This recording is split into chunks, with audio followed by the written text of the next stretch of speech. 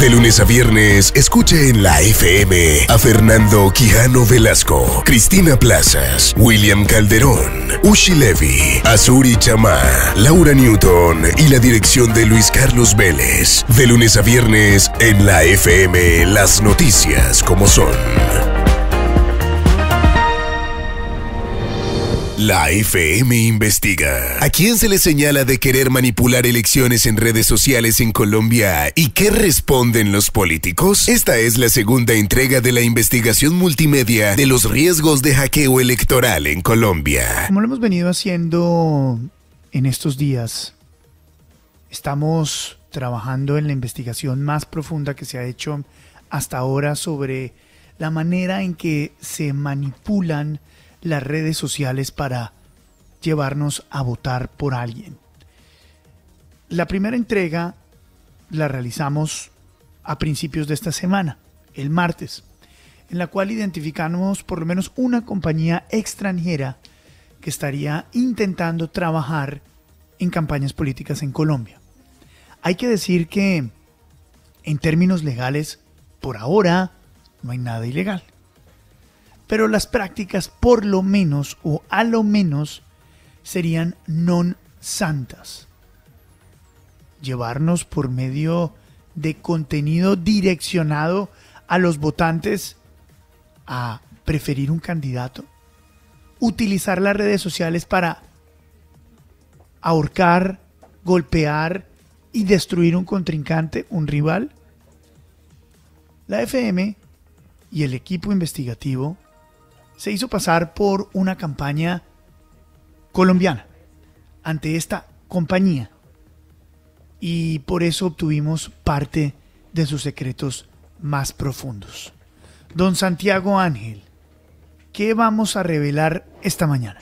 Luis Carlos, pues en esta segunda entrega lo que vamos a revelar son los nombres concretos que mencionó el alto directivo de esta empresa Eliminalia con sede en España en medio de nuestras conversaciones. Recordemos que nos hicimos pasar por la gerencia de una campaña en política para las elecciones de octubre para averiguar por sus servicios, sus precios, exactamente qué era lo que hacían y en medio de estas comunicaciones pues el empresario nos dio los nombres de algunas de las campañas con las que por lo menos hubo negociaciones. Esto es importante porque lo que hemos podido evidenciar en estas entregas en la FM es que esta empresa lo que hace es crear una serie de bases de datos para atacar los perfiles de personas en Facebook y en Twitter, tal cual como lo hacía Cambridge Analytica, y tratar de manipular la decisión final de voto, inclusive atacando a través de publicidad engañosa, de información poco rigurosa o de fake news a los otros candidatos, a los contrincantes que pues no los contratan a ellos. Esta es tan solo una compañía extranjera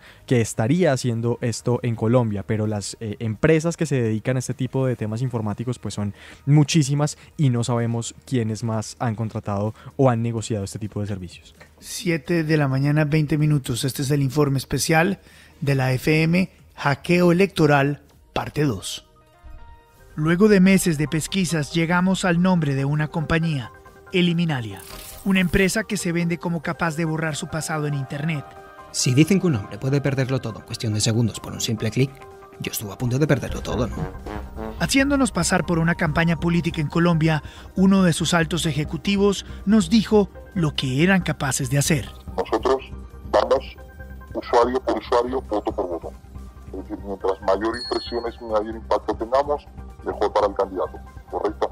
Entonces nosotros tocamos las redes sociales y lo que hacemos es la reacción de contenidos al 100% y la reacción de contenidos periodísticos de tal manera que todo esto se pueda estar distribuyendo en medios digitales locales, controlados gran parte por nosotros, para que cuando un usuario ve el nombre del candidato, pues tenga mayor opción de votar ese candidato. Por una serie de contenidos que nosotros lanzamos, que esto pues poco a poco, quieras o no, está limpiando la mentalidad del votante. Manipulación de información por redes sociales, guerra sucia contra un rival político. Esto nos dijo la otra voz del teléfono desde Madrid. Estamos trabajando duro y bien para que esto sirva para barrer votos. Y hay que bajar de puntos al candidato que está por encima, punto número 1, apretar con el candidato vuestro, fuerte, con urgencia, y y evidentemente darle muchísimo más. ¿Cómo hacen ustedes para que los contenidos con los que, digamos, vamos a atacar a los contrincantes no se sepa que salen desde nosotros? Es imposible. Es imposible. Si sale un contenido en un diario de República Dominicana y se divulga por redes sociales, ahí no hay donde nadie te coja. Pero, ¿qué significa bajar al contrincante?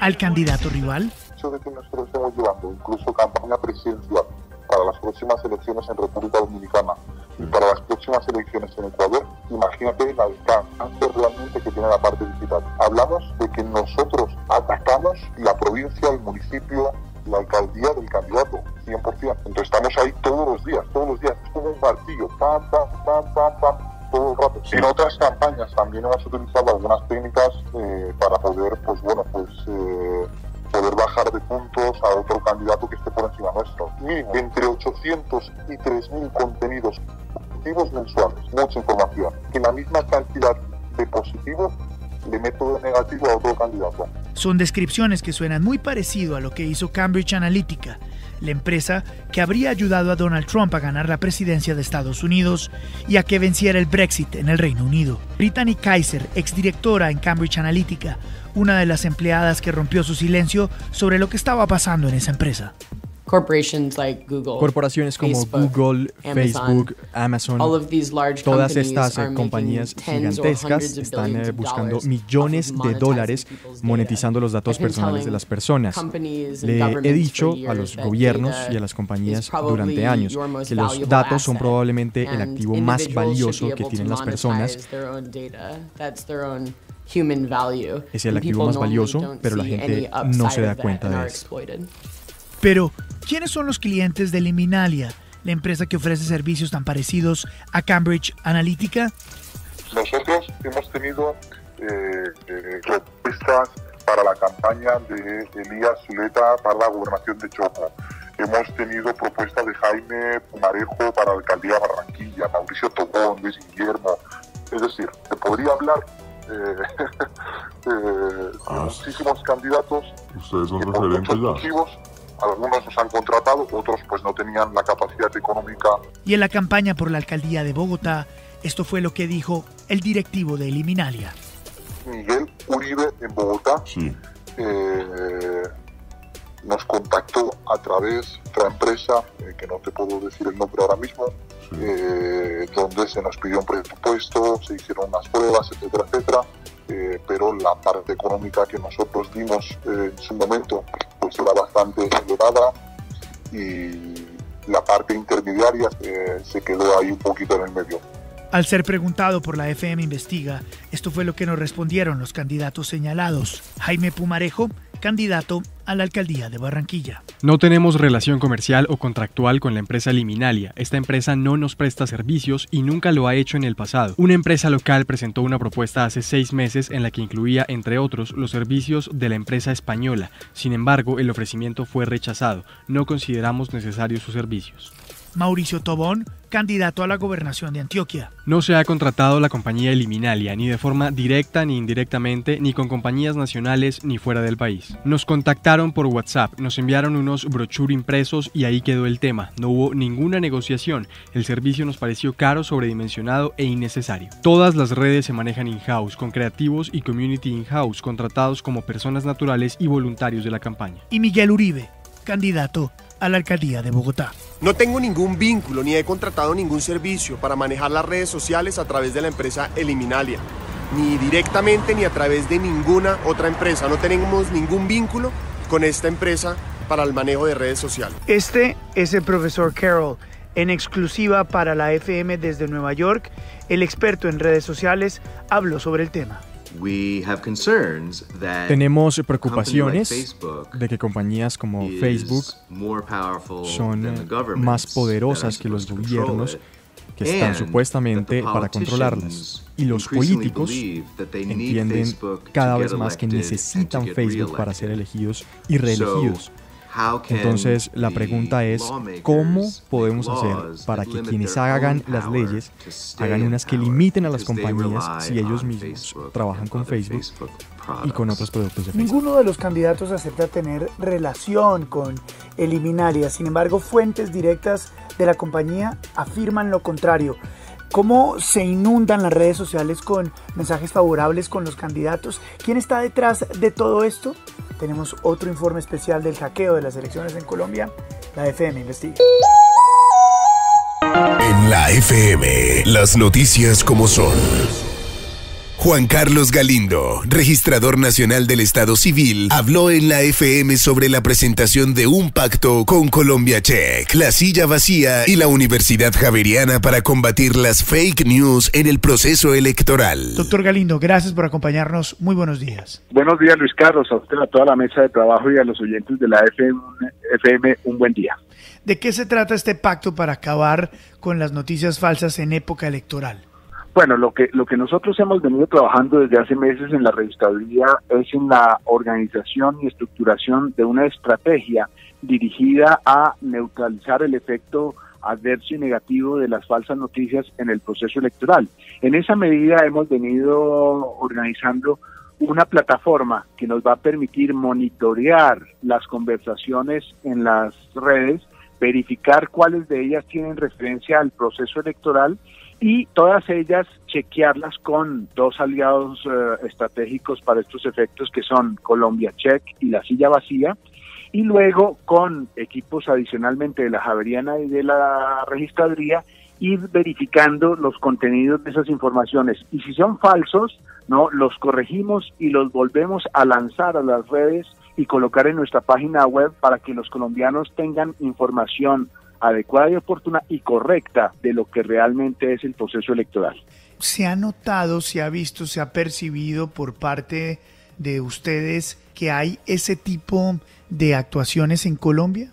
Bueno, nosotros hemos visto que en los procesos electorales, particularmente del año 2018, hubo informaciones malintencionadas o erróneas respecto de diferentes aspectos del proceso electoral que obviamente estaban dirigidos a desinformar, a generar caos y dificultades. En esa medida nos dimos en la tarea de construir esta estrategia para evitar o minimizar todo el impacto que puede significar una desinformación. Recordemos, en el 2018, por ejemplo, había informaciones en redes respecto de que los bolígrafos que íbamos a utilizar se borraban, o que los jurados de votaciones, o que las personas habían sido designadas de jurados de votación en Leticia. Un poco esta información incorrecta y errónea que ponía en riesgo la preparación del proceso. Por eso nos dimos en la tarea de construir toda esta iniciativa con base en antecedentes y en experiencias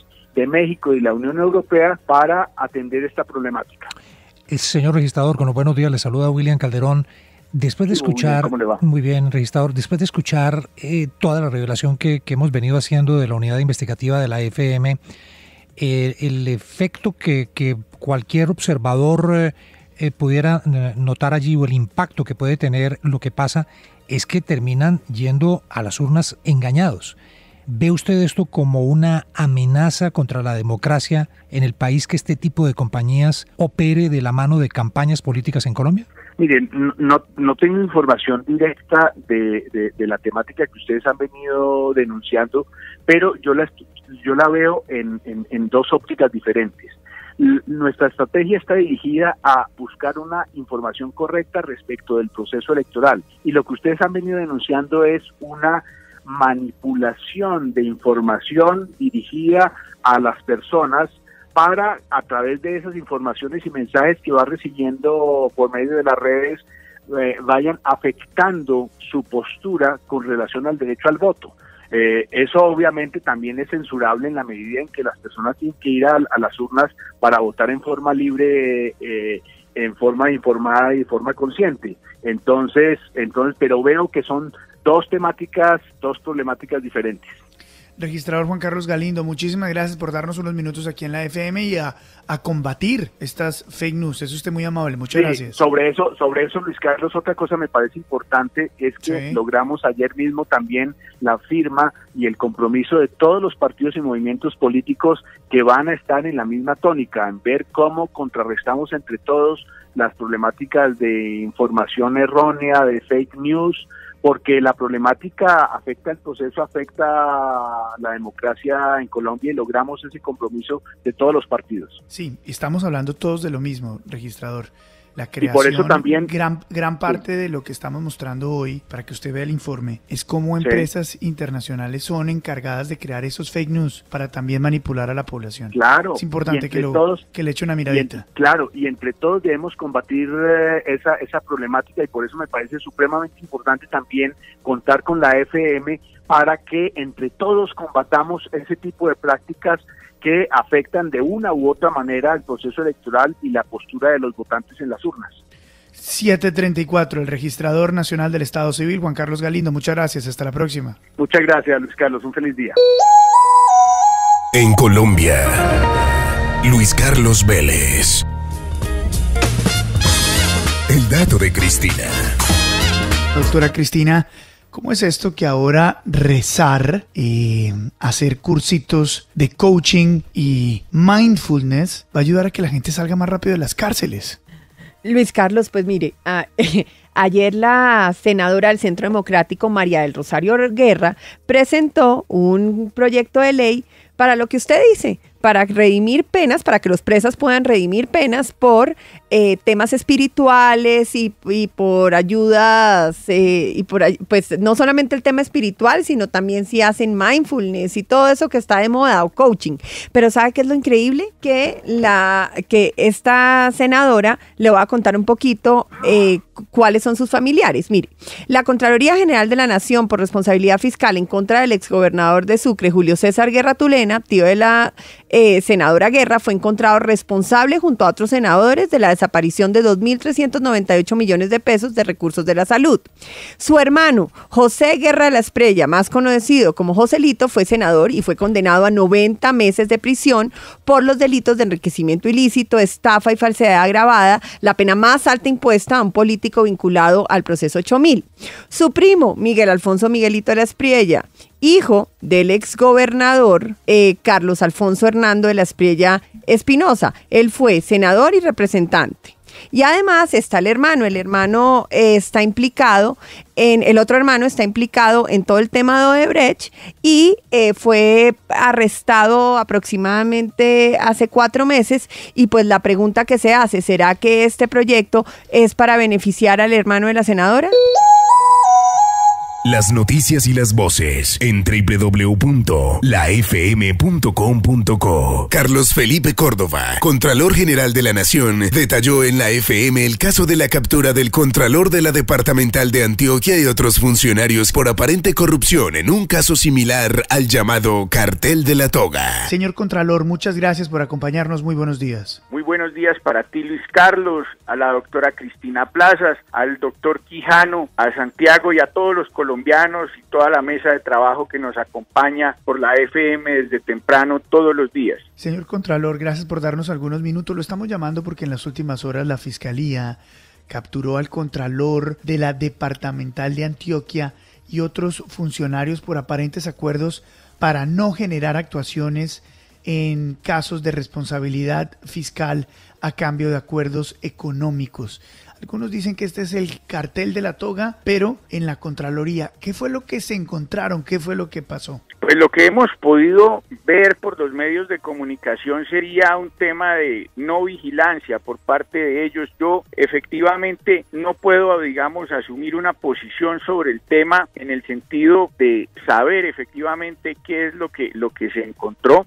Sin embargo, estamos esperando que la Fiscalía, a quien además agradecemos su pronta reacción sobre el tema, pues nos diga efectivamente qué fue lo que sucedió. Lo que sí vale la pena resaltar es que el control fiscal en el país pues está en crisis y que por eso vale la pena tratar de fortalecer aún más todo este esquema de control fiscal para el país, fortalecerlo completamente y que sea mucho más objetivo. Según lo que hemos podido ver por los medios de comunicación, pues es muy importante que se vuelva mucho más objetivo la vigilancia y el control. Por eso temas como la tecnología, temas como la vigilancia en línea y en tiempo real se vuelven fundamentales en estos temas para que efectivamente no haya capacidad de manipulación por parte de ningún contralor, ni departamental, ni en este caso el general, de ninguna manera, ni de los equipos técnicos, para que podamos evidentemente dar resultados sobre la vigilancia del recurso público en el país.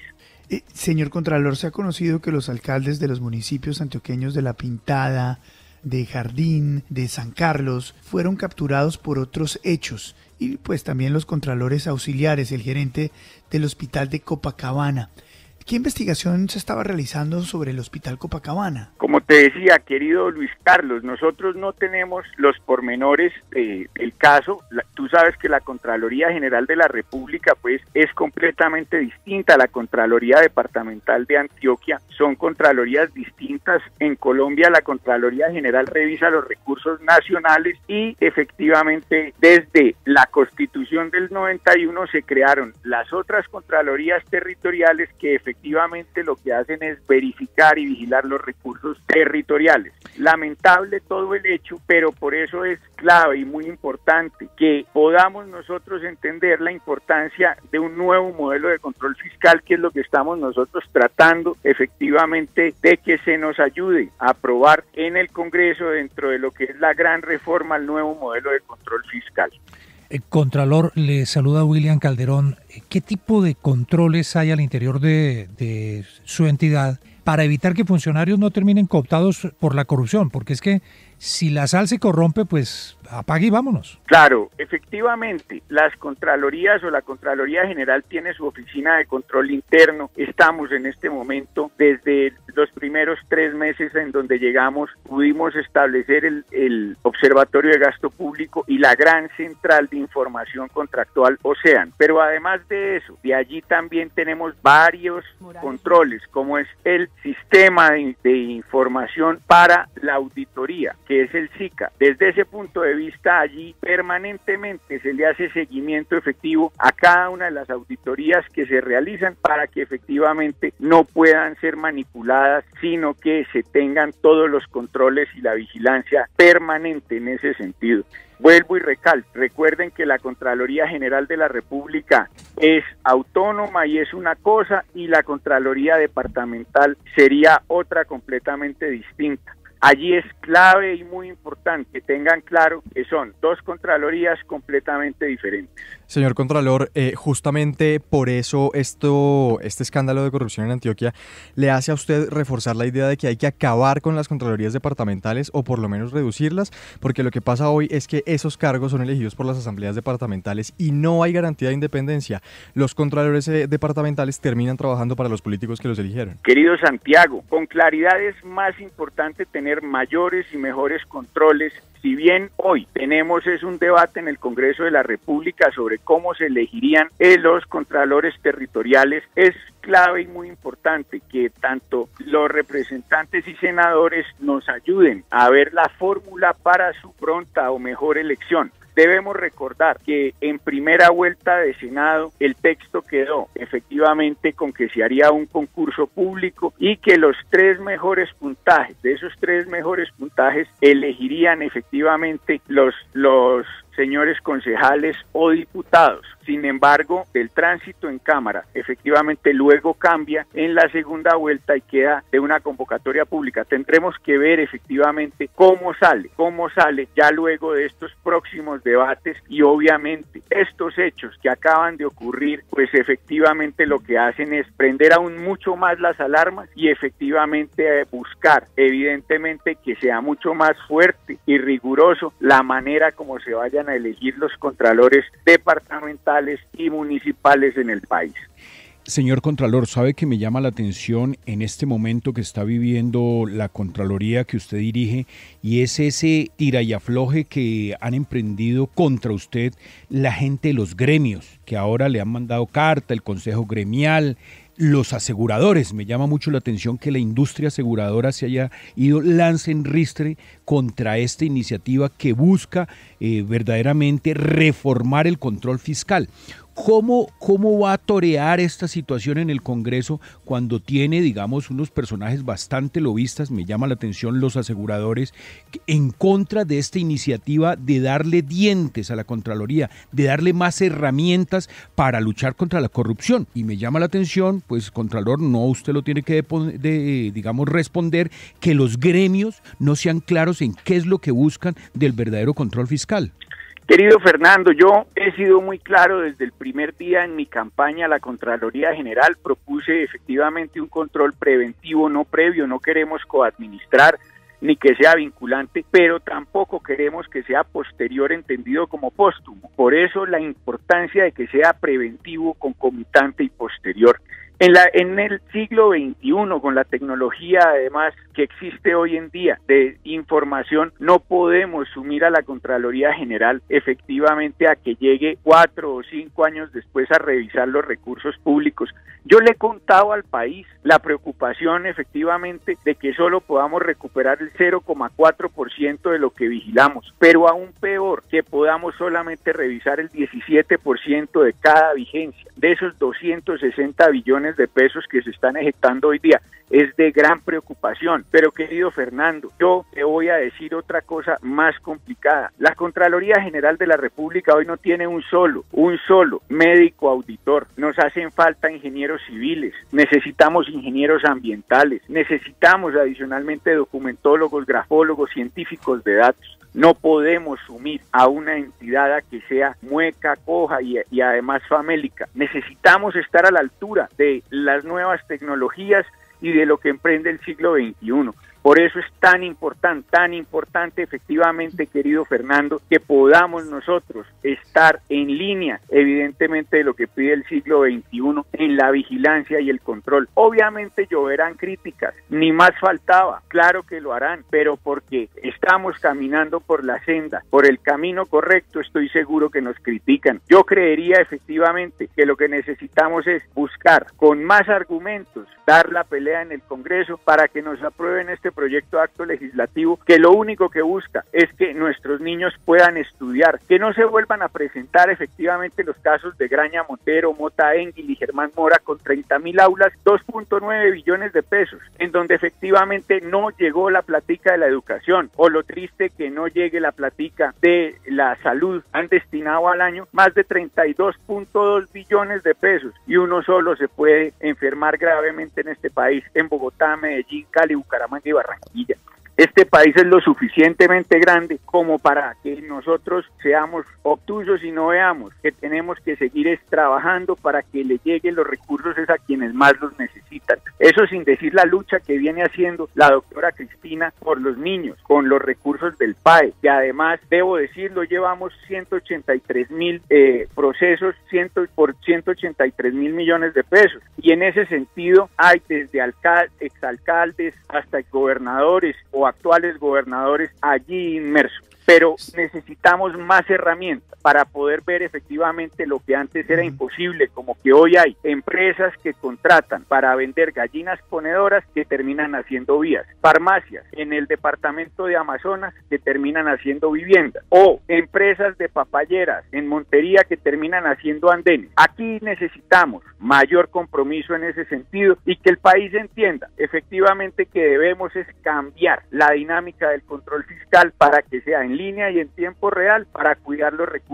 de quienes hoy están pagando impuestos y que es de todos los colombianos. Señor Contralor General de la Nación, Carlos Felipe Córdoba, como siempre, un placer tenerlo acá en la FM, es usted muy gentil. Querido Luis Carlos, para ti, para toda la mesa de la FM, mil y mil gracias, y a todos los colombianos, un muy feliz día. Gracias siempre por todo. Mantenga la FM en Twitter. Síganos. @la FM. La FM. La FM investiga. La FM conoció que septiembre iniciará con múltiples imputaciones de cargos en el caso Odebrecht. Muchas noticias de esta mañana. Esta es muy importante y es producto de investigaciones de la unidad de la FM. Ana María Cuesta, Santiago Ángel, la FM ha conocido, atención, que el mes de septiembre, es decir, en 8 días, se van a empezar a conocer múltiples imputaciones en el caso Odebrecht. Múltiples imputaciones en el cargo y en el caso Odebrecht. ¿Qué es lo que podemos adelantar a esta hora, Santiago, Ana María? Luis Carlos, muy buenos días. El próximo 3 de septiembre la Fiscalía citará una audiencia de imputación de cargos a los personajes presuntamente involucrados en el ingreso de más de 3.800 millones de pesos a la campaña del expresidente Juan Manuel Santos. Ellos son Esteban Moreno, Andrés San Miguel y David Portilla Colunge. A los empresarios les imputarán los cargos de enriquecimiento ilícito, falsedad ideológica en documento, en el marco de la investigación que cursa por el giro ficticio que se habría realizado desde el consorcio Ruta del Sol, en el que figuró Odebrecht, a la empresa Histic Logistic. Pero no solamente a los colombianos, sino también a los brasileños, Luis Carlos. Ese mismo día, el ente acusador prevé imputarle los cargos de lavado de activos y concierto para delinquir a los considerados cerebros de los sobornos de Odebrecht en Colombia, el portugués Eder Ferracuti, ex representante legal de la concesionaria Ruta del Sol, y los brasileros Márcio Maragnoni, exfuncionario de la concesionaria, y Hamilton Hideaki Sendai, el ingeniero que estructuró los contratos. Esta imputación había quedado consignada en el expediente entregado por el fiscal ad hoc Leonardo Espinosa, pero no pudo realizarse el pasado 27 de junio. Los brasileros hoy están prófugos de la justicia y son considerados determinantes en las marañas de los contratos simulados que se hicieron para sobornar en pro de la adjudicación del contrato de la Ruta del Sol 2. Para el 4 de septiembre, el ente acusador prevé imputarle cargos a Yesid Arocha, representante legal de Odebrecht en Colombia, por el delito de cohecho por dar u ofrecer y los sobornos que se habrían pagado a la firma del contrato de estabilidad jurídica que benefició a la compañía brasilera. Pero Luis Carlos, también averiguamos en la Fiscalía respecto al expresidente Juan Manuel Santos y el supuesto giro de Odebrecht en la segunda vuelta. A propósito de la indagación que ya abrió el Consejo Nacional Electoral contra la campaña del expresidente por el presunto ingreso de 3.800 millones a la segunda vuelta, fuentes del ente acusador advirtieron a la FM que no hay un solo testigo en este momento en poder de la Fiscalía que haya asegurado que el expresidente conocía de los supuestos giros de la multinacional brasileña.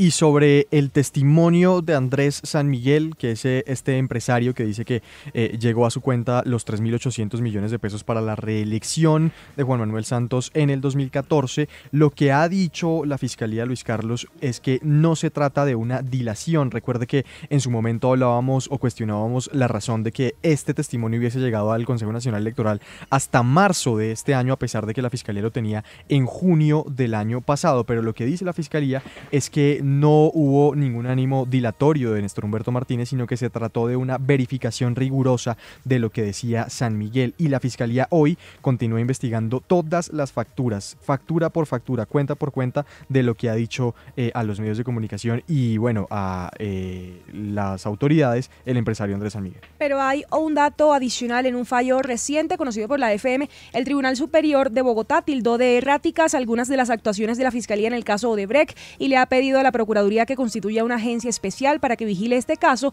y se evite, abro comillas, que hechos tan graves de corrupción queden por inercia, inactividad o apatía en la completa impunidad. Esta corporación también le pidió al Contralor General Carlos Felipe Córdoba que comparezca en el proceso y despliegue las acciones que se le demanden en defensa del erario. Este pronunciamiento se hizo al cuestionar que la Fiscalía pidiera la preclusión respecto al caso de la prima del ñoño Elías Básima Elías Nader. La Fiscalía había solicitado precluir esta investigación como cómplice de lavado de activos porque habían advertido que la prima del ñoño no sabía que los millones que el ñoño le mandaba a recoger con el ex senador Otto Bula eran para los asuntos de Odebrecht. Pero el tribunal dice, hombre, aquí no debemos ser ingenuos. La prima del ñoño era la coordinadora política de sus actividades en Córdoba. Ella debía conocer la procedencia de esta plata, por tanto consideran inadmisible esta actuación de la Fiscalía y dicen, hombre, ella sabía para qué era esta plata, ella no estaba buscando ni plátanos ni ñame. La prima del ñoño. 6 de la mañana, 52 minutos. Ana María, Santiago, muy buen trabajo como siempre. Me cuentan, William, que estas imputaciones, que ya están listas como cuenta Santiago y Ana María y que se darán en menos de 8 días, pues han terminado de ser fundamentadas, investigadas, recogidas, confirmadas por el propio fiscal en un viaje que hizo a Brasil en las últimas horas. Tienen todo listo en estas imputaciones. Vamos a ver cómo se termina de materializar, William, pero que tienen el petate, lo tienen. Lo tienen. Esto es lo que por varios meses se ha pedido tanto en Colombia que pase. Y es que haya desarrollo del escándalo más grande que ha habido en América Latina, que en Colombia no ha tocado, sino pues tangencialmente a uno que otro involucrado de menor calaña, de menor calibre. Pero es que aquí ya estamos hablando de pesos pesados y de una campaña presidencial. O sea que esto lo que se viene es fuerte. Una ventana con imágenes muy especiales. Síguenos en Instagram, la FM Oficial. El general Rafael Zamudio, exministro de Defensa, se refirió en la FM a la dura carta en la que él y otros integrantes de la Reserva Activa rechazan los actos de corrupción que han salido a la luz pública y se han denunciado en los últimos meses en las Fuerzas Armadas. Señor Zamudio, muy buenos días. Muy buenos días, estoy a su plena disposición. General, en las últimas horas vimos una carta muy dura de usted y varios excomandantes de las fuerzas militares y otros miembros de la Reserva Activa rechazando los escándalos de corrupción que han salido a la luz pública y se han denunciado en los últimos meses. ¿Qué los llevó a generar esta carta, general? Bueno, nosotros periódicamente o de manera constante hacemos una evaluación de la situación del país, de las instituciones. Es lo que nosotros conocemos dentro de la metodología militar, la apreciación político-estratégica del país. Como es apenas natural, todos los hechos que tengan que ver con la institución militar, nosotros como miembros de la reserva, como excomandantes que fuimos, al retiro nunca dejamos de pertenecer a nosotros afectiva y realmente a la institución, por eso somos reserva activa, activos. Esta fue una carta que no es dura, ni mucho menos, ni tiene por qué sorprender, porque los destinatarios eran los comandantes de las fuerzas militares, los comandantes, o sea, el alto mando, y también iba dirigida, y ahí lo dice el encabezamiento, cuando cita a cada uno de ellos, y le pedimos que usted hiciera conocer internamente esta carta. Los destinatarios eran internos, no era la opinión pública, hacer cuestionamientos, señalamientos, desacuerdos, ni mucho menos. Por eso la carta la titulamos Declaración y Reafirmación de Principios. Era establecer unos principios que han sido la base de 200 años de la existencia del ejército que en este momento estamos conmemorando. De manera que esa es la realidad, sí. Y por eso decimos que son principios. A mí me enseñaron cuando estudiaba bachillerato, el quinto, sexto año, algo así, en la clase de filosofía, que eran principios, claro, que debía entenderse por principios. Y yo recuerdo muy rápidamente que los principios son verdades eternas e inmutables. Claro. El honor militar, las virtudes, etcétera, pues son verdades eternas y que no cambian. General Zamudio. Puede que cambien las personas, las situaciones, pero seguirán siempre principios. General Zamudio, con los buenos días le saluda William Calderón, tratando de aterrizar o el mensaje que ustedes entregan en esa carta, llamando a que se tengan en cuenta los principios. Uno de los mayores cuestionados en todo este tiempo ha sido el propio comandante del ejército, el general Nicasio Martínez. En su opinión, ¿debería el general Martínez dar un paso al costado o es inconveniente que el gobierno mantenga al general Martínez en ese cargo? No debe dar ningún paso al costado y no es que sea inconveniente para el gobierno, al contrario, necesario. Es un general distinguido y el ejército está en las mejores manos. General, estas peleas... Perdóneme que siga. Cuando se ventilaba esa tarde su aprobación en el ascenso en el Congreso de la República, los excomandantes presididos por mí lo visitamos a las 8 de la mañana, horas antes de esa decisión que tomaba el Congreso, para expresarle nuestra solidaridad, nuestro acompañamiento. De manera que lo que pasa es que el general, al fin y al cabo como comandante, pues recibe todas las críticas que la institución o miembros aislados de la misma las cometan. Nosotros somos muy claros en la carta.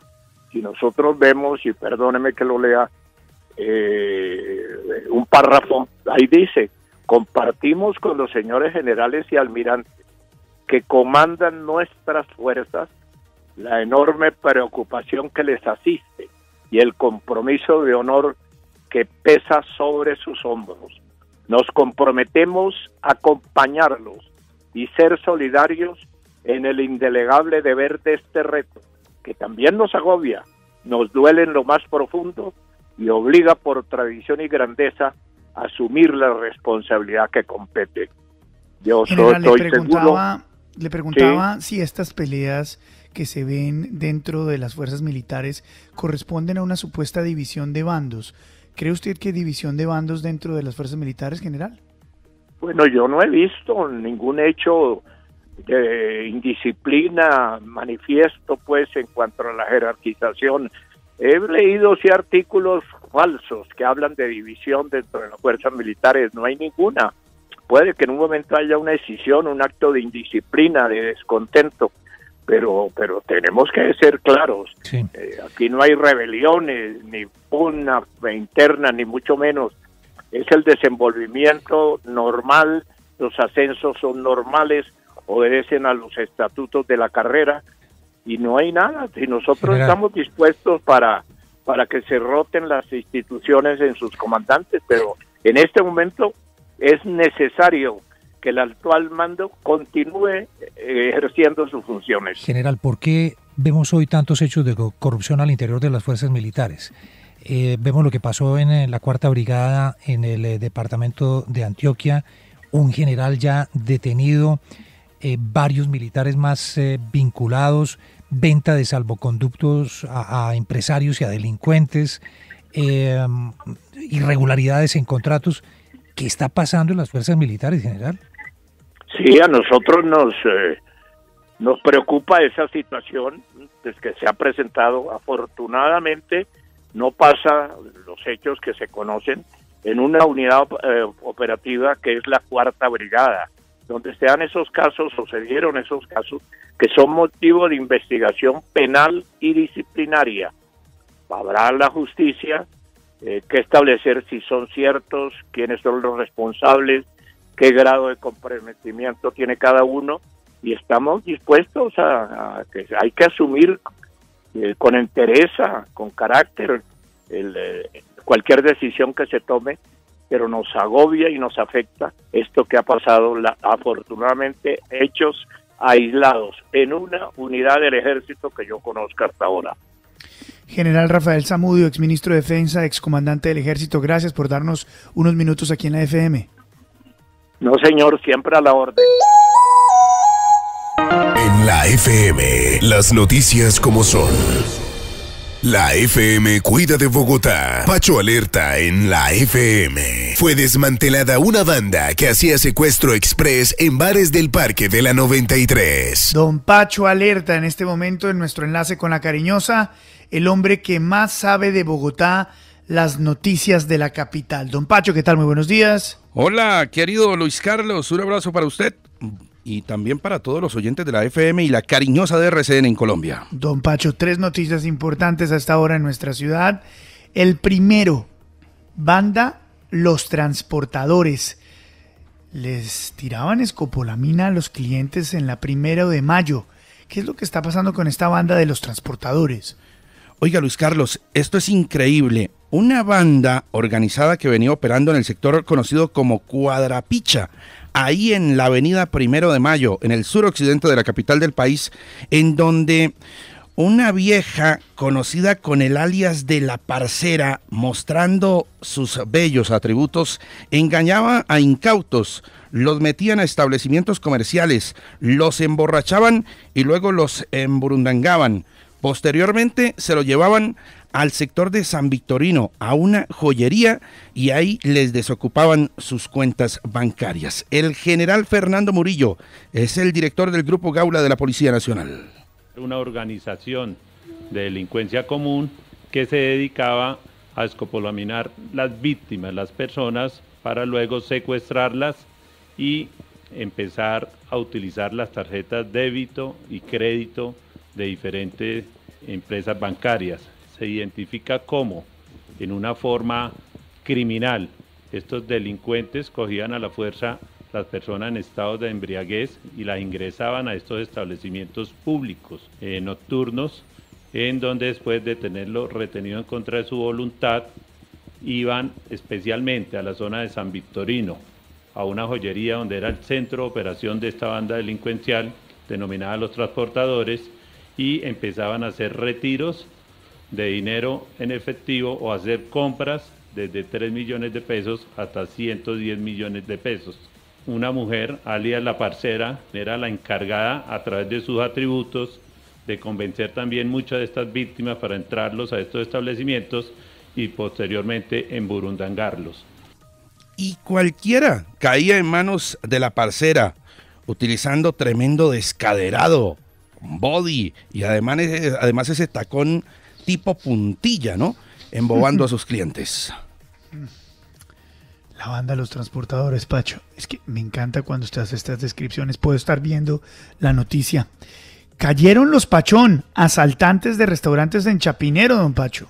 Sí, están tras las rejas Robeiro Pachón y Amanda Hurtado, al igual que su hijo de no más de 15 años. Pacho. ¿Se llama Robeiro en serio? Sí, es el alias que le han puesto precisamente a este integrante de los Pachón Hurtado.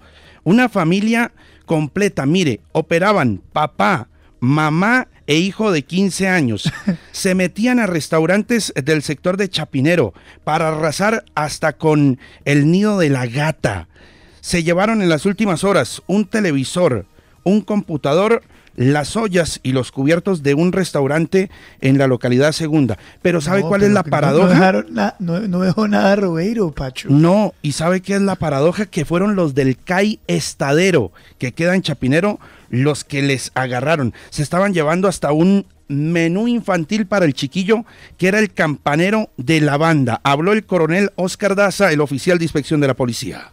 Es la familia Pachón, papá, mamá e hijo menor de 15 años, quienes con taladros, destornilladores y demás abrieron violentamente pues un restaurante, hurtando unos televisores y otros elementos que exportaban en un taxi, y la policía fue alertada. La policía de este sector de Chapinero hace el plan candado, identifica el taxi y después pues la captura de estos dos mayores de edad y menor recuperación de los elementos, los cuales fueron puestos a disposición de autoridad judicial competente y lógicamente el menor para las autoridades de menores.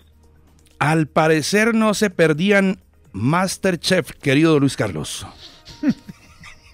7 de la mañana, 49 minutos, don Pacho. Fue aprobado el proyecto de Transmilenio gratis para militares. Sí, es un proyecto de acuerdo en el Consejo de Bogotá. Daniel Palacios es un concejal autor de tal iniciativa que se convierte en acuerdo desde este jueves, debido a que fue aprobado por las bellezas que están en el Consejo Distrital. ¿Qué busca este acuerdo? Que los integrantes de las Fuerzas Armadas de Colombia, hablamos los de la policía, los del ejército, los de la Armada y también los de la Fuerza Aérea, ingresen al gratín de cachete al sistema para generar sensación de seguridad. El concejal Palacios, aquí en la FM. Este proyecto que acaba de ser aprobado en segundo debate, esto ya es un acuerdo de la ciudad. Lo que establece es la entrada gratuita de todo el personal de la fuerza pública en Bogotá. Con eso lo que estamos llevando es a que los miembros de la policía, los miembros del ejército, de la Fuerza Aérea y de la Armada puedan utilizar el servicio de transporte público de manera gratuita. Con esto buscamos dos cosas. Uno, incrementar la presencia de fuerza pública dentro de Transmilenio, lo que ayudará a evitar la criminalidad, hoy siendo Transmilenio uno de los sitios más inseguros de Bogotá. Y por el otro lado, le estamos rindiendo como ciudad un homenaje a todos los hombres y mujeres que portan el uniforme de la patria, quienes hoy, en ese reconocimiento, podrán comenzar a utilizar el servicio de transporte público de manera gratuita. Vale la pena aclarar, Luis Carlos, que deben lucir el uniforme, ya sea el del ejército, el de la aérea, el de la armada o el de la policía. De lo contrario, no es que digan que son integrantes, porque no se les permitirá el ingreso, solo si visten el uniforme. don Pacho Alerta, el hombre que más sabe de Bogotá. Muchas gracias. Hay trancón en la 26, ahí como consecuencia de la salida de un alimentador de Transmilenio en el Portal El Dorado, se montó la acera, se llevó la baranda anticolados, esto genera monumental trancón a la altura de la 26 en el carril paralelo sentido occidente-oriente. Y estamos con 8 grados de temperatura en Bogotá, 7 de sensación térmica, querido Luis Carlos. La Cariñosa y la FM cuidan de Bogotá. Las noticias y las voces en www.lafm.com.co. La opinión deportiva con Carlos Antonio Vélez en la FM. Hola, buen día. La novela de James continúa y continuará. El último capítulo lo publica L'Équipe, el más importante diario deportivo francés y uno de los 3 más influyentes en Europa. Asegura que el Real Madrid ofreció las fichas de Bale, Keylor Navas y James más 100 millones por Neymar. Es un medio serio, pero permítanme no creer esa versión. Y no la creo básicamente por Bale. Bale ya se ganó el derecho a continuar.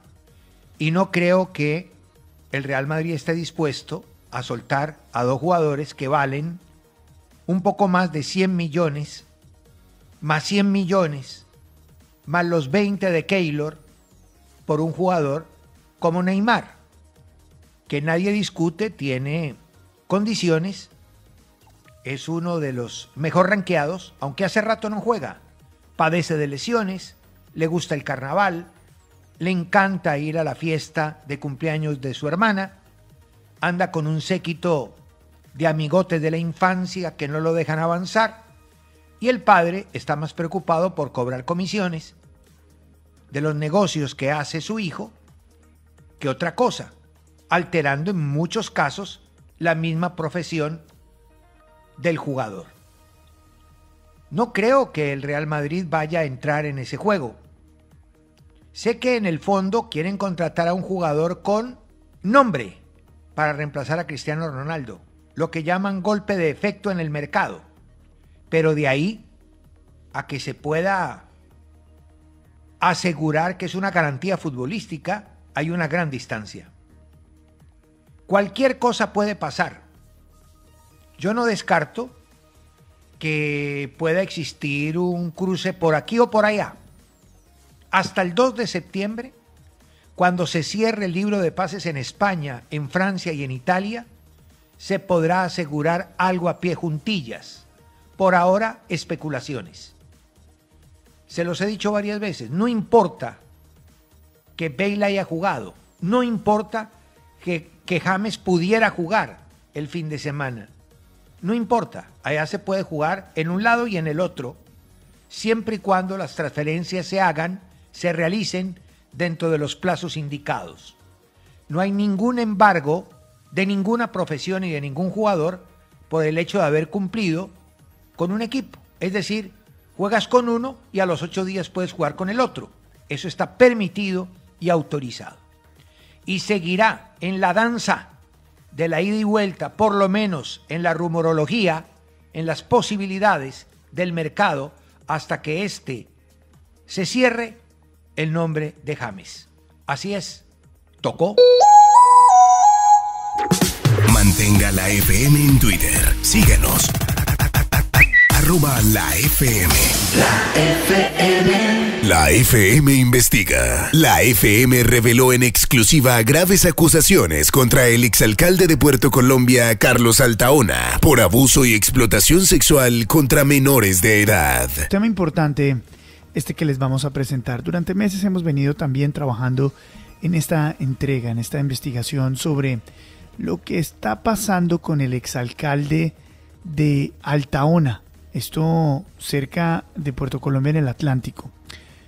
Hay varias investigaciones por los presuntos delitos de explotación sexual con menores de 18 años. Marcela Cabarcas, desde Barranquilla. ¿Qué nos hemos encontrado? Buenos días.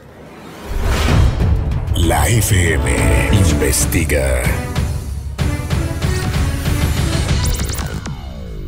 Luis Carlos, buenos días. La tranquilidad del municipio de Puerto Colombia Atlántico se vio interrumpida en la madrugada del 9 de marzo por la llegada de agentes del CTI de la Fiscalía, la Policía y el ICBF a la calle 3 con carrera 2 del barrio El Ancla, residencia y lugar de trabajo del médico y el exalcalde Carlos Altaona, mandatario del municipio entre el 2012 y 2015, quien fue en su momento por el partido Cambio Radical. El exalcalde Altaona le ordenaron captura en medio de una investigación que le siguen por los presuntos delitos de explotación comercial con menor de 18 años. Esta orden fue proferida por el juez único con funciones de control de garantías del municipio de Palmar de Varela y solicitud hecha por la Fiscalía 27 de Barranquilla e inició a raíz del testimonio de 5 menores de edad, quienes aseguraron que el exalcalde Altaona les ofrecía dinero, motocicletas, videojuegos y ropa a cambio de tener relaciones sexuales con él.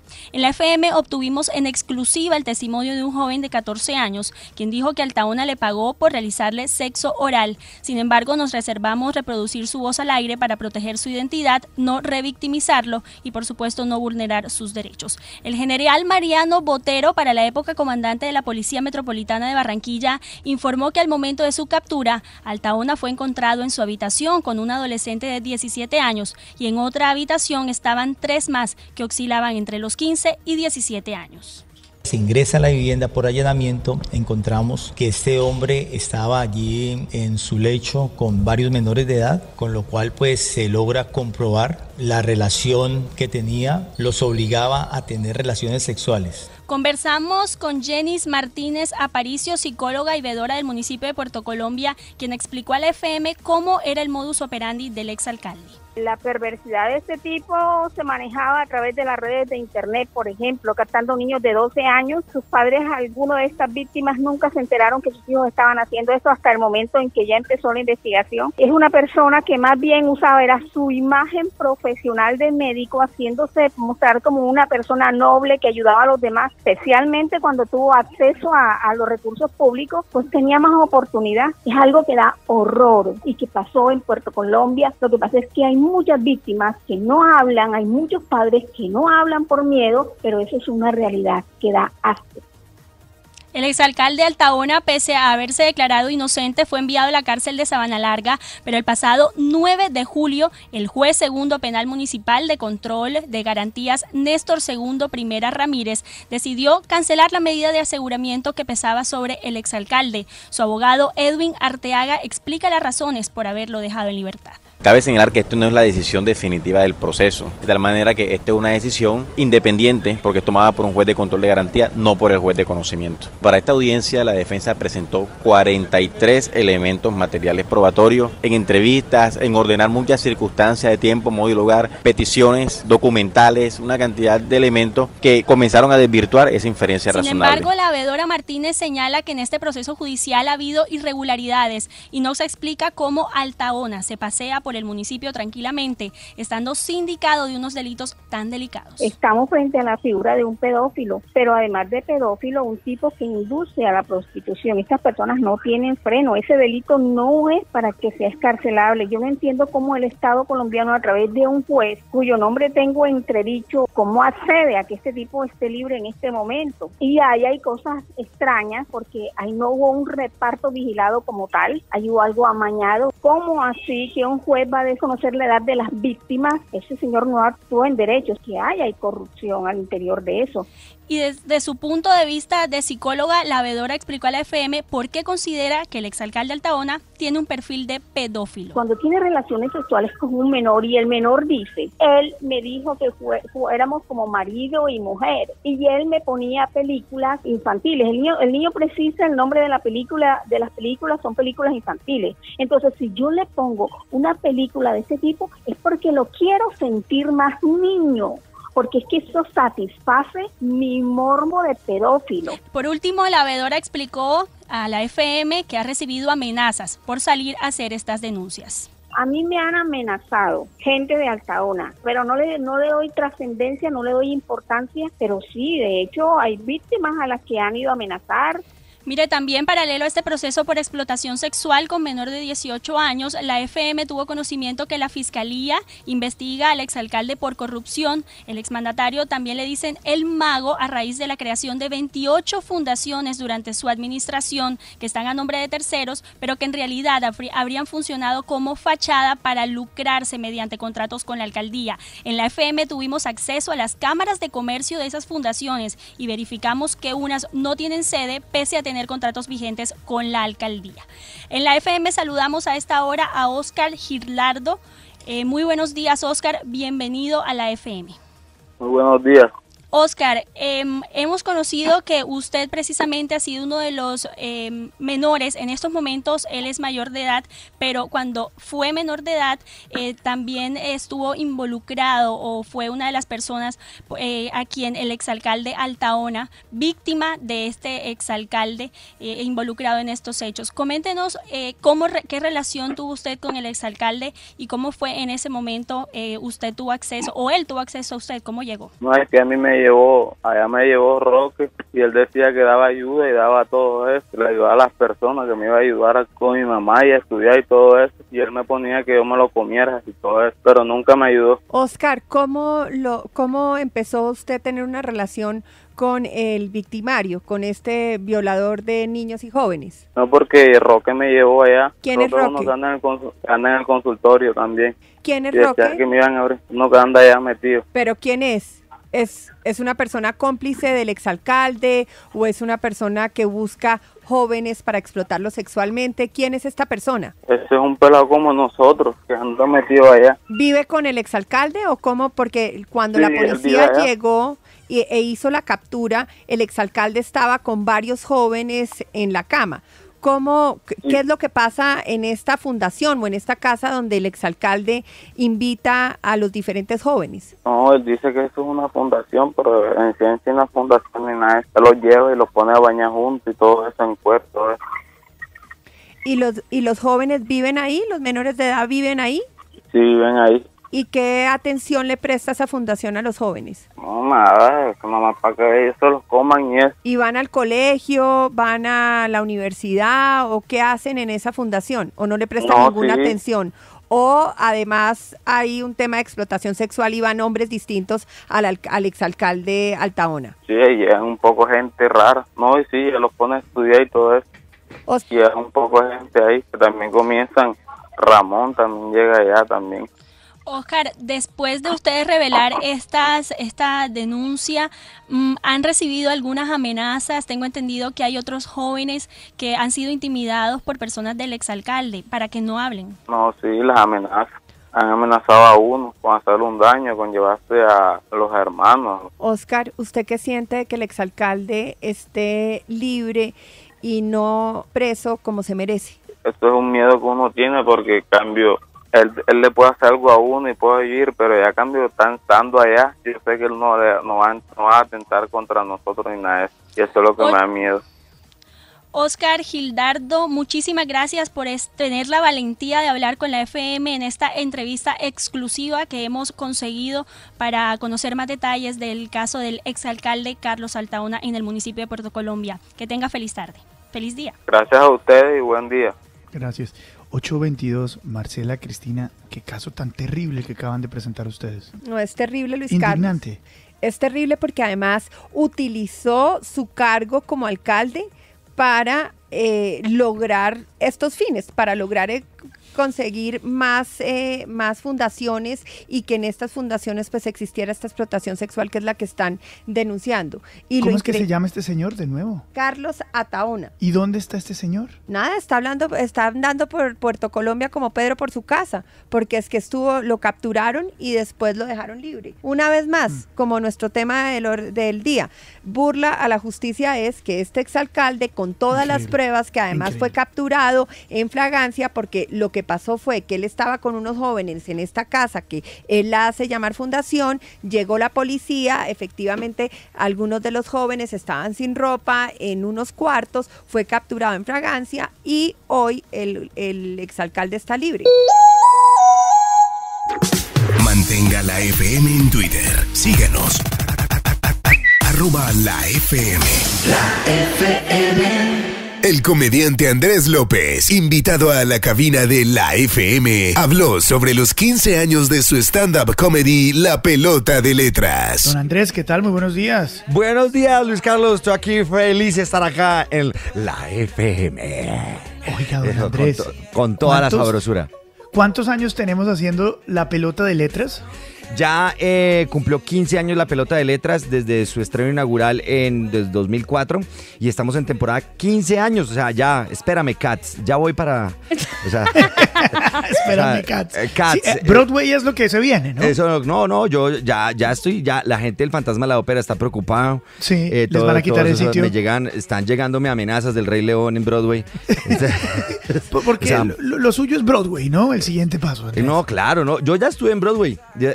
Pisé las salas de Broadway, estuve en el teatro, en el Great Grand Broadway Theater, allá con el aviso Andrés López, La Pelota de Letras. The Ball of Letters, podríamos decir. Exacto. The Ball of Letters. The Ball of Letters. Y allá hicimos un espectáculo en un escenario donde se ha presentado a Frank Sinatra y también estuve en el Ritz en Newark. Oiga, Andrés. Cerca de 3 millones de personas han visto su Pelota de Letras, ¿no? Sí, eso, y en varios lugares y en varios teatros.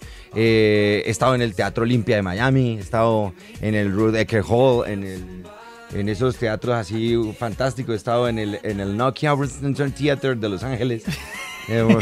Con The Ball of Letters. ¿Qué tiene La Pelota de Letras? ¿Qué tiene su obra? Yo pienso que trasciende todos estos años y este tiempo y todas estas generaciones. Yo pienso que es como la idea de poder saber quién es quién en cada familia, porque es un homenaje a las familias colombianas de la puerta a la casa para adentro, es decir, de la mata esa la colgada de raíz, el Dios bendiga este hogar, las coquitas de cerámica en colgandejo de cabulla con granito de abundancia cristalizado, la foto de José Rigona, la Virgen de Chiquinquirá, Santísimo Señor, la Virgen Pastora, todo eso, el Señor de Buga, todo eso está ahí. Entonces, mejor dicho, es un homenaje a las familias colombianas del sticker del censo para adentro, o sea, del sticker, porque aquellos que hemos visto un censo, hemos vivido un censo, es lo más parecido que tenemos los colombianos a The Walking Dead. Sí, entonces, porque ese día uno se levanta temprano para que el país no lo agarre mal bañado. Andrés, ¿cuáles son los personajes esenciales de la típica familia colombiana de puerta para adentro? Claro, ¿no? Está el papá, pues a todos nos tocó diferentes tipos de papá, porque yo digo que hay una generación de papás, los que soñaron con ser papás. Entonces, que uno les preguntaba de niños, ¿qué querían ser cuando grandes? Eso yo le preguntaba a mi abuela, que él quería ser cuando grande, cuando era niña, ella me decía, yo quería ser mamá. Entonces, o yo quería ser papá. Entonces, ellos querían ser papás, que eso llega como hasta el año 68. Sí. Hasta yo empiezo, y yo me atribuyo a hacer una división arbitraria de las generaciones desde el punto de vista latinoamericano, porque es que nosotros siempre nos imponían las divisiones generacionales de lo que los Estados Unidos querían clasificar sus patrones de conducta generacional, que era la famosa Baby Boom, la famosa Generation X, la famosa Postwar, la Belle Époque, todas esas cosas que eran como señas, y yo decía, pero ese ejercicio no se ha hecho en Colombia, y la generación X, el norteamericana, no tiene nada que ver con la generación X colombiana. El primero que se atreve a escribir sobre generaciones es Germán Castro Caicedo. Él tiene un libro llamado La Generación X, donde examina gente que nació a partir del año 74. Y yo que pensaba que era la generación X, entonces ahí me da la pista y yo dije, entonces ¿yo qué generación vengo siendo? Entonces ahí yo digo, soy de la generación de la guayaba, los criados a punta de jugo guayaba. Porque cuando Belisario Betancur interrumpe las importaciones, a todos nos tocó el dulce más fino, era o con guayaba o con arequipe. Porque no había nada más. Sí, no era había lo único más que había, guayaba o arequipe. Guayaba o arequipe, entonces eso impulsó de cierta manera las empresas colombianas, pero eran los dulces locales, entonces uno comía morita, chomelo, chocorramo, todos nuestros productos internos eran nuestros postres. Entonces ya cuando... Ahí Andrés, lo interrumpo entonces, está descrito perfectamente el papá y la mamá que querían ser papá y mamá. Exacto. ¿Qué otro personaje de la familia típico colombiano? Bueno, entonces ahí yo llego y digo, está la generación de la guayaba y está que los niños, ¿no? Ahí me parece mucho que van muchos niños a ver La Pelota de Letras y las generaciones modernas que ya están más abiertos a las comunicaciones mundiales.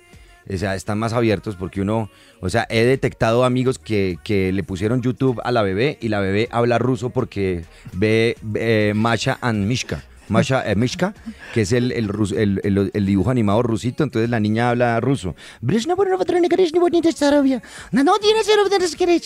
Entonces es increíble. Entonces esas generaciones que creamos como princesas o Avengers, ¿sí? Que entran 14 personas a un brunch. En mi época no había brunch. Y la niña dice, este restaurante no me gusta. Y 14 personas para afuera. Andrés, ahí lo interrumpo. La generación de los viejitos como William. ¿Cómo? ¿Cómo así? ¿Cómo se No, llama esa Cristian es de mi generación, somos ya grandecitos, ya tenemos hijos y todo eso, estamos de mi generación. William, No, usted no puede decir que es de la misma generación claro del viejito de que William. sí, fuimos compañeros de cabina aquí. Exacto, lo que es 68 al 74 es My Generation, que nos tocó así junto con Andrés Cepeda, porque es que todos esos, Andrés Cepeda se atreve a hablar de yo tomaba calcetos, eso, entonces toda esta generación nos tocó con lochera metálica cortopunzante con tétano y además nos tocó con termo que no cerraba. Con pedazo de chuspa, ¿no? Y llevaba jugo de guayaba. Y siempre tenía un olor particular, ¿no? Exacto, ¿no? Sí, o sea, porque Luis el termo Carlos, que olera súper bien, muy difícil. Luis Carlos, tú naces en el año 74, si no estoy mal. 77. 77. Luis Carlos hace parte de la generación X, Sí. porque él sí es la X pura, que fueron los primeros amigos que uno vio que hacían intercambio en Estados Unidos cuando estaban en el colegio.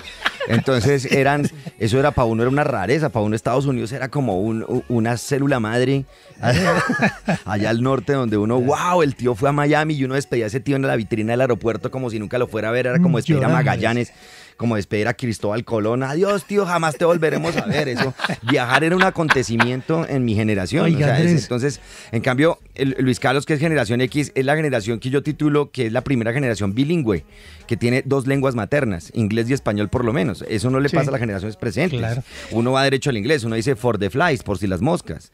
O sea, un amigo mío preguntó en Londres, ¿do you have hours what you say to me? ¿Usted tiene horas que me diga? O sea, do you have hours? O sea, do you have hours? Y se lo preguntó a un Bobby inglés. Dice, of course, I have hours.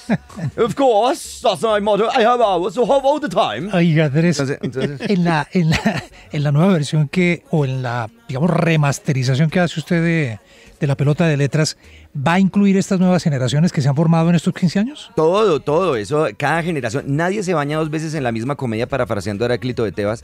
Entonces, sí, yo escribí una obra que es viva, entonces siempre las cosas cambian. Cuando yo hice el DVD de la pelota de letras en el año 2005 a 2006, ese DVD no contenía, no existía Facebook, no existía MySpace, no existía... Face ya no existe. No había WhatsApp. Bueno, no existe ya, bueno. MySpace ya no está no más. existía, no había WhatsApp. ni siquiera el iPad, ni siquiera el iPhone, ni nada de esas cosas, ni las aplicaciones, nada. No había patinetas en las calles, pero yo montaba en patineta, ¿sí o no, Luis Carlos? ¿Se acuerda que yo llegaba en patineta a la emisora? Me acuerdo perfectamente. Entonces, dime. No. Bueno, entonces los que quiera. Entonces yo llegué y en ese momento, cada día que pasa una hora, la hora está viva. Yo creo una estructura viva, es una estructura orgánica, que es mi manera de crear mis comedias, de tal manera que nadie se encuentra con la misma comedia, pero sí no se hay encuentra con la misma escena. No hay un show que uno repita que se encuentre lo mismo. Exacto, se encuentra la misma estructura, pero no el mismo fondo. No, porque si no te aburrirías vos, además. Claro, estar no, 15 además que años es un- haciendo siempre lo mismo. Claro, y además hay 4 generaciones sentados. Entonces, esa niña que es de disfraz de Tinkerbell, porque no es Campanita, Campanita la ñera, la mamá, ella es Tinkerbell. Entonces, sí, no, se dice, mi amor, estás disfrazada de Campanita. Y la hija la mira, ¿qué? ¿Campanita? No seas gata, mamá. Elsa de Frozen. O sea, Elsa, eso es libre soy. Mi amor, ya vamos en Moana, por favor, cambia. Entonces, y además que el peluche que quieren es un tenedor. El tenedor Forky, de Toy Story. Forky. Exacto, Forky. entonces uno dice, pero este tenedor, ¿qué gracia tiene? Yo quiero ese tenedor, yo quiero... El hecho es que la nena dice, no me gusta este brunch, no me gusta este restaurante porque aquí... Y uno dice, ¿pero por qué? No es de princesas, dice la nena. No es de princesas. ¿Pero por qué no es de princesas el restaurante? Porque no tienen huevos poché. ¡Poché! Lo más gourmet que yo comí de huevos fue la changua. Eso... Entonces, A mí nunca se me va a olvidar una frase de Andrés que además creo que es completamente cierta. que los hijos de uno siempre son 2 estratos por arriba de uno. Exacto. Como uno fue de sus padres, ¿no? Sí, claro, no, la vergüenza es hereditaria. La vergüenza se hereda, uno es de mejor familia que los papás y los papás son de mejor familia que uno. Los hijos son de mejor familia que uno. Entonces, no, yo ya estoy criando la realeza. Olivia primera de Bogotá. Es la infanta Olivia, es mi hija. Entonces, yo soy la Segway de Olivia. O sea, para donde ella se incline, yo tengo que llevarla cargada. Entonces, yo soy la Segway, ¿sí? Se inclina Olivia y para allá voy. Entonces, yo soy el asistente personal, la llevo, la pongo, la subo. Así son los hijos. Entonces, y además le exigen a uno, y además, a ver, de todas las edades, y además que las nuevas generaciones, por ejemplo, la generación AA, que son los nacidos del 11 de septiembre para acá, ¿sí? Ya se crecieron, ya tienen 18, 19 años y tuvieron una adolescencia pesada porque fue la adolescencia donde los papás fueron la corte. O sea, entonces había en el centro comercial más cercano estaban los papás reunidos en un café mientras los hijos rumbeaban en la casa de algún amigo. Claro. Y entonces las rumbas son así, las rumbas de los hijos adolescentes son en la actualidad así, los hijos rumbeando y los papás en otro lugar esperando a que una de las niñas o uno de los niños digan, ya puedes venir a recogerme. Sí. Entonces son los papás reunidos allá tomando café. Doctora Cristina tiene pregunta. Oiga, Andrés, en mi generación nunca se nos olvidará mi Cata y mi Andy. Ah, sí. ¿Por qué se dio eso? O sea, ¿por qué usted creó esos personajes y quería impactar de qué forma con estos capítulos que todos oímos durante todas las mañanas yendo al colegio o a la universidad? ¿Qué generación es la doctora Cristina? X, no como la suya, que es mejor dicho como la A. Eso. Entonces no, la gran obra Trátame Suavemente de La Mega, que duró durante 3 años en La Mega, donde yo hacía 3 capítulos diarios de 3 minutos y medio. Y que Luis Carlos fue testigo de cómo nació. Cata y mi Andy. Mi Andy, corazoncito, mi amor. Ay, Catalina, ¿usted por qué todavía está acá? Va a venir una amiga ahorita. O sea, entonces, pero mi Andy, lo que pasó anoche yo te traje, estabas muy mal, estaba muy borracho anoche. Uy, sírvame algo, hágame un juguito, por favor. Donde hiciera esos capítulos hoy, lo acabarían, mejor dicho. Pero por allá andan todavía Catas y mi Andy. Pero ¿cuál era el impacto que usted quería lograr con esto? No, ¿A demostrar lo que pasaba? ¿O? Sí, yo llegué a la emisora La Mega como estudiante de antropología de la Universidad de los Andes y como cuentero. Y entonces había historias que yo quería contar y había una gran idea de cómo fundar el Mañanero de La Mega, ¿qué era el Mañanero de La Mega? Entonces yo decía, nosotros tenemos que ir a lo básico, volvamos a las radionovelas, pero hagamos una radionovela que sea actual, de los romances actuales truculentos. Y además que Cata es mi historia personal, yo soy Cata. Yo soy Catalina, o sea, porque yo era el plan B de las niñas que yo tenía, o sea, que eran, porque como a mí me tocó ser de alguna manera novio de mis cogeneracionales y de las niñas de la generación X, entonces eran niñas que lo veían a uno en la universidad como el novio de la universidad, más no el que va a seguir después de cierto tiempo, o sea, yo tenía caducidad. Entonces la niña se iba a ir a estudiar a Europa, o la niña se iba a estudiar a Estados Unidos, o la niña quería otra cosa. Entonces yo tenía una caducidad, entonces para mí era una rogadera, porque además yo tenía salario de hijo plebeyo, entonces me tocaba muy duro y yo contaba cuentos y recogía el sombrero en las universidades y el financiamiento del sombrero universitario. Yo tenía hasta bolsa de cuero al estilo Frodo. Al estilo Frodo, donde guardaba las monedas que recogía de la calle, pues no de la calle sino de las universidades, de lo que como le cobraban eran las cuenterías y haciendo cuenteros, y voy a pasar el sombrero, y los cuenteros decían, el dinero es un pecado, así que vamos a recibir sus pecados, por favor, desháganse de sus pecados. Entonces recogía. Estas historias de Cata y Andy hoy no se pueden contar de la manera en que se contaban antes. Pues yo pienso que cada historia tiene su momento, ¿no? Y además que yo pienso que para mí fue interesante ver el fenómeno de Cata y mi Andy, porque mucha gente se decía, ay no, pues, ahora soy su Catalina. Entonces las mujeres como que empezaban como a despertar, ¿no? Como que viéndose en el personaje de Catalina empezaban a decir, ah no, soy su Catalina entonces. O decían, uy, no sea tan mi Andy con esa niña, o sea, por favor. Porque les juro, todavía hay Catas y todavía hay mi Andys allá. Pero es más difícil hacer humor ahora, políticamente correcto en esta época. Yo pienso que mi humor de alguna manera es muy muy del estilo de lo que me pasa a mí. Yo no trato de burlarme de la gente, ni de imitar personajes o a tratar de hacer un humor que parta de criticar al otro. Yo pienso que mi humor es más un humor autocrítico. Entonces, para mí siempre ha sido muy, muy sencillo llegar al texto porque lo que trato de ver es la manera como las personas se juntan. Y como Cata y mi Andy, como repito, era mi autobiografía. Entonces y Andrés, en esta evolución de la familia colombiana, porque realmente el ejercicio de Cata y Andy de la pelota de letras, aunque es humorístico, es un ejercicio antropológico, es una observación antropológica de lo que somos los colombianos y son nuestras familias. Sí. En esta nueva etapa, esos personajes, ¿cómo cambiaron? ¿Cómo es el papá ahora? ¿Cómo es el hijo ahora? ¿Cómo se diferencia de lo que éramos antes? No, pues los papás ahora son un dejo de amor y así de devoción por las nuevas generaciones. Cuando está ese compromiso de la familia, de la devoción al niño, uno está diciéndole te amo al bebé desde que está en la barriga. O sea, te amo y trata de hablarle y trata de decirle y en el hospital allá, señorita enfermera, ese es Brian, por favor, Brian, te amo. O sea, hay una devoción porque todo lo que no nos dijeron a nosotros. Claro, porque a mí me tocó el papá patriarca, ahí le dejé café, que era el detalle más cariñoso del papá. Ahí le dejé café, mijo. O sea, ese papá patriarcal. Pero el papá sí lo quiere ahora. Sí, no, lo que pasa es que el abuelito del hijo de uno sí le dice te amo al nieto. Y uno se pregunta, pero yo ¿qué hice? Entonces uno dice, el abuelo de los hijos de uno no es el papá de uno. Porque el abuelo, o sea, mi papá no me dejaba tocar el tocadisco. O sea, a mí no me tocan eso. Era un electrodoméstico sagrado, pero el hijo de uno le dice al papá de uno, el hijo de uno le dice al abuelito, abuelito, Lelito, ¿me prestas tu celular? Claro, mi amor, tenlo todo el día si quieres. Y se ponen bravos con uno. Y entonces uno dice, te amo, Lelito. Yo también te amo, mi amor. Y uno ve al papá de uno maquillado por la nieta y yo hubiera nos hemos vuelto más sensibles en términos familiares. Claro, entonces nos hemos vuelto como más cariñosos, cosa que es muy positiva. Nos hemos vuelto enloquecidos por nuestras familias, por nuestras esposas.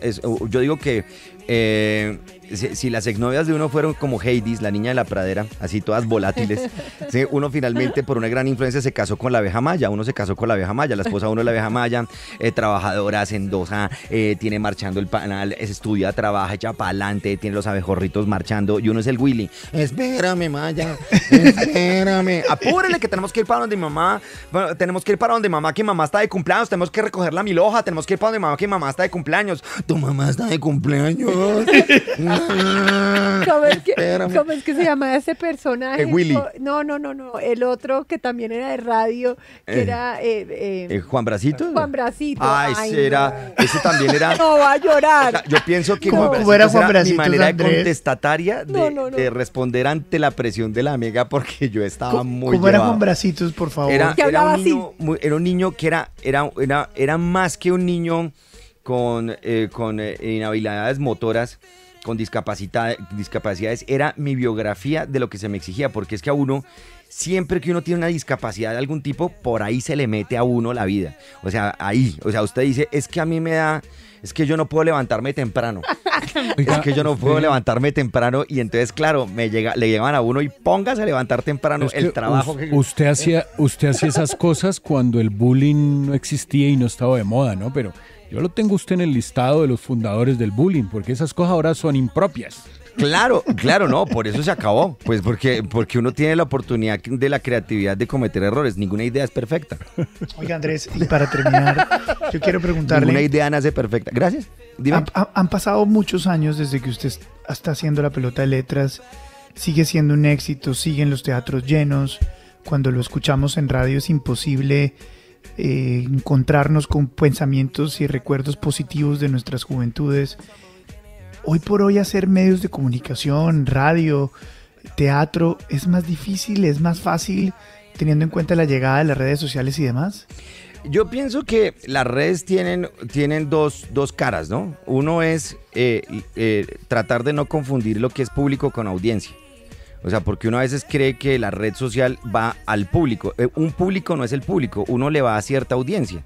Entonces uno no puede pretender leer al troll, leer al hater, uno simplemente se dirige a su audiencia. Entonces uno tiene una audiencia muy delimitada, muy marcada. Y pues manteniendo eso, yo siempre he tenido una convivencia muy bonita con mis redes sociales. Hay gente que la pelota de letras los ha acompañado en momentos muy difíciles. Hay gente que aún recuerda las cosas que yo hice en la radio, que sabe por qué hice las cosas, por qué pasaron, porque yo antes de las redes sociales yo ensayé todo en la comedia, o sea, yo cometí todos los errores en la comedia, o sea, yo ensayé todos los tonos de la comedia, la comedia contestataria, la comedia degradante, la comedia escatológica, yo llevo 30 años en esto, entonces me sé todo el origen de todos los chistes, me sé todo el origen de quién copia quién hace quién plagia, quién hace, quién traduce del inglés, quién hace, quién imita quién todo eso, o quién es original. Entonces yo, como una buena impresora, parto de la hoja en blanco. Entonces yo parto de la hoja en blanco y trato de ver cuál es el siguiente guión, cuál es el siguiente chiste que se va a contar, cuál es la siguiente comedia, porque esa me parece que es la labor literaria de uno con un compromiso de alguna manera humanista cuando uno es un coleccionista de asombros, porque lo que yo he sido es un coleccionista de asombros, y eso es lo que la gente, mi audiencia, ve cuando ve a ver mis horas como Llegar a Marte y La pelota de letras, que es eso. Lo demás, yo no puedo nunca pretender que a una persona hipercrítica o llena de odios a todo el mundo, pues ponerla contenta, o pretender que todo lo que comenta un grupo de gente mínimo sea una estadística general, porque a veces en las redes sociales tendremos a pensar que una generalidad parte de una estadística inexistente. Entonces ese es el gran error de las redes sociales. ¿Le gustaría volver a hacer radio? Claro, no, yo nací para hacer radio, yo nací para trabajar con Villalobos, para trabajar con Luis Carlos, así para trabajar porque la radio tiene eso, la radio es como una especie de muchas ideas evocándose al tiempo, ¿no? La radio cambió el mundo. Y mi bisabuelo, Guillermo Forero Franco, trabajó con Marconi en la creación de la radio y la invención de la radio, que fue uno de los primeros ingenieros colombianos. Oiga, no, Luis Carlos, mejor dicho, póngale de una vez horario. Exacto, ¿no? Luis Carlos, ¿qué hay que hacer? No, mañana. Hay que hacer radio. ¿Y saben qué quiero hacer? Andrés para esto sería maravilloso. Pues imagínense. El lío es que no deja hablar. No, pero es que o sea, es que ustedes hablan todo el tiempo, entonces yo solo tengo este espaciecito. Él no conoce el punto aparte, ¿no? Entonces, solo hay, punto una y cosa, 29. Hay una cosa, Luis Carlos, que hay que recordarle a Andrés, Sí. es que a los 3, no mentiras, pero a los 8 años le enseñaron una cosa muy importante en la vida y que en la radio es muy, muy, muy importante. Punto aparte, 2 puntos, punto seguido y punto y coma. Tiene que respetarlos, pues, para que pobre William pueda hablar, porque si no... Claro. Máquina de pensamientos y no, es una que máquina de cuentos. A mí Oiga, sí Andrés, es que James Joyce me fregó la vida. Usted no sabe lo mucho que lo apreciamos, que lo queremos los colombianos, Ay, te que quiero. nos encantan sus éxitos y que vamos a estar muy pendientes de esta nueva temporada de La Pelota de Letras. Sabe que lo queremos enormemente y que en lo personal solo tengo buenos recuerdos y buenas experiencias con usted, Andrés. No, hombre, los quiero mucho. No, esto fue un poco pequeño. Grande. Ya hablo con don Agustín Ramírez a ver qué hacemos. Una ventana con imágenes muy especiales. Síguenos en Instagram, La FM Oficial. La cantante Martina La Peligrosa presentó en cabina de La FM su más reciente canción Volvimos, la cual hace en colaboración con el cantante de música urbana Voces más lindas que tiene este país. Yo les voy a contar, la primera vez que yo la escuché, no solo la escuché, sino que la vi bailar, porque ella cantaba y bailaba en gaira. Y a partir de ahí ha hecho una carrera ascendente, le ha ido súper bien y de verdad lo digo con conocimiento de causa. Una cantante extraordinaria que está hoy con nosotros acá. Ella es Martina, que no sé si sigue siendo igual de peligrosa que hace unos años. No sé. Igual de peligrosa. Ya me quedo Martina la Peligrosa por siempre, gracias a mi abuelo, que le debo ese nombre. Y nada, muy contenta, muchísimas gracias presentando esta nueva canción que la hago al lado de Chino Miranda y se llama Volvimos. ¿A qué volvimos? Volvimos a... bueno, no es mi caso el de la canción, eso de... Por suerte. Terminar, por suerte. La cangrejeada, ¿no? Pero sí que volvimos a hacer música, volvimos a proponer algo, volvimos a estar imparables por ahí. ¿qué es lo más difícil que tiene esta carrera? Muchas dificultades, pero yo creo que es difícil no tirar la toalla cuando se presentan inconvenientes, porque esto es una carrera de altos y bajos, y más en una época en que la inmediatez manda la parada en la música y en muchas cosas. Hay muchísimos artistas, todos los días alguien lanza una canción, los que son cantantes, los que no son cantantes y cantan, y bueno, definitivamente es bien difícil, pero yo creo que hay que llenarse de esa pasión y estar convencido de que realmente es lo que quieres, ¿no? La música, ahí no se cansa uno. Bueno, hay un tema con Marti, además de ser una gran artista, es muy muy popular en redes sociales, yo la sigo. Gracias. más me vale, ¿no? Y sí, yo he notado que hay mucha gente que la critica, pero lo que me llama la atención es cómo Martina maneja las críticas. Oh my God, ¿cómo lo manejo? Lo manejas de frente. Sí. ¿Te duelen las críticas? Mira que hay días que unas cosas resbalan y hay días en que te pega como que más de la cuenta y hay días en que da igual y todo esto. O sea, finalmente somos seres humanos y hay un día amaneces con el pie derecho, con el pie izquierdo.